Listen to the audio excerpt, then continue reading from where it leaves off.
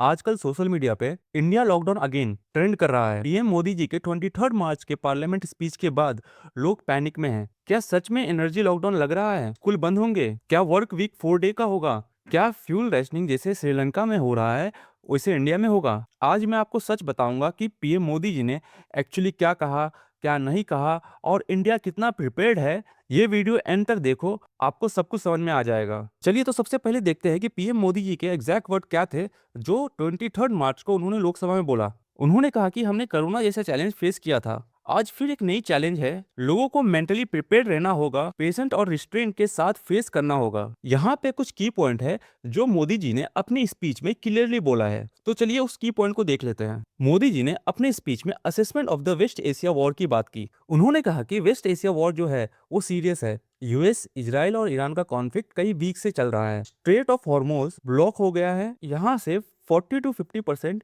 India का crude oil आता है और 90% एलपीजी भी इसी रूट से आता है। इसके चलते इंडिया में एलपीजी और क्रूड ऑयल का शॉर्टेज हुआ है। उन्होंने अपनी स्पीच में जो दूसरी बात करी है वो ये है कि इस सब का इम्पैक्ट जो है वो इंडिया पे कैसे हुआ है। तो इस वॉर का अगर इम्पैक्ट देखें इंडिया पे, तो इंडिया का जो फ्यूल प्राइस है वो बढ़ सकता है, इंडिया में इन्फ्लेशन बढ़ सकता है और जो इंडिया के 1 करोड़ लोग वेस्ट एशिया में रहते हैं, काम करते हैं, उनकी सेफ्टी भी एक बहुत बड़ा कंसर्न है। नेक्स्ट उन्होंने अपनी स्पीच में इस सिचुएशन को लेके इंडिया की प्रिपेयर्डनेस की बात करी है। उन्होंने कहा कि 53 lakh metric ton strategic oil reserve जो इंडिया का है उसे बढ़ा के 65 लाख मैट्रिक टन का बनाया जा रहा है। पहले जो इंडिया में 27 कंट्रीज से ऑयल आता था, अब 41 कंट्रीज से आएगा। इथेनॉल ब्लेंडिंग जो है वो 20% हो गया है और जो रेलवेज है वो इलेक्ट्रिक हो रहे हैं। इस सब पॉइंट को लेके इन्होंने इंडिया की प्रिपेयरनेस की बात करी है। फोर्थ पॉइंट है protection of India's abroad and supply chain. 3.75 lakh Indians have already been evacuated from affected area in West Asia. Speech का जो लास्ट पॉइंट है वो है call for unity, restraint and against rumour.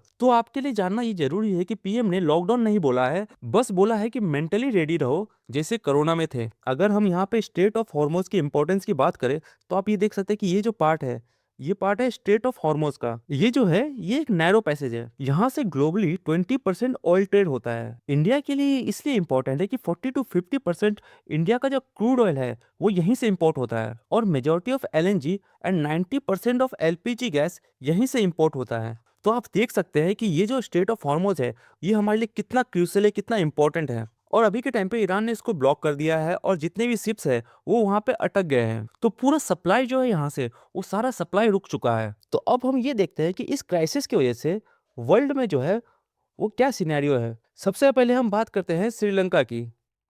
सबसे पहले हम बात करते हैं श्रीलंका की। श्रीलंका में श्रीलंकन गवर्नमेंट ने फ्यूल रैशनिंग लागू किया है और जो वर्क वीक है उसको 4 डेज का कर दिया गया है फॉर पब्लिक इंस्टीट्यूशन। स्कूल्स को बंद कर दिया गया है। अगर हम आगे देखें तो बांग्लादेश ने फ्यूल सेल पे डेली लिमिट लगा दिया है। यूनिवर्सिटीज को जल्दी बंद कर दिया गया है ताकि पावर और फ्यूल का कंजम्पशन जो है वो कम किया जा सके। और इसके साथ ही 5 घंटे का डेली पावर कट किया गया है बांग्लादेश में। अगर हम न्यूजीलैंड की बात करें तो न्यूजीलैंड में 11,000 फ्लाइट जो है उसको कैंसिल कर दिया गया है, जिससे लोगों को काफी परेशानी हुई है। और वहां पे एक पॉलिसी लाने के लिए सोचा जा रहा है जो है कारलेस डे। तो अभी आपने ये जो एग्जांपल्स देखे हैं ये एक वार्निंग है। अगर स्ट्रेट ऑफ हॉर्मोज पूरी तरह से बंद हुआ तो इंडिया को भी इस तरह के स्टेप्स उठाने पड़ सकते हैं। तो अगर मैं आपसे लॉकडाउन के बारे में बात करूं तो गवर्नमेंट का अभी तक कोई ऐसा ऑफिशियल लॉकडाउन प्लान नहीं है। वर्स्ट केस में क्या होगा, फुल रैशनिंग हो जाएगी, प्राइस जो है वो हाइक हो जाएंगे, पावर कट पॉसिबल है, ठीक है, लेकिन लॉकडाउन पॉसिबल नहीं है। बहुत कम चांस है कि लॉकडाउन लगे। तो ये जो रूमर्स चल रहा है उससे आप बच के रहिए। तो होपफुली आपको ये सब चीजें समझ में आ गई होगी।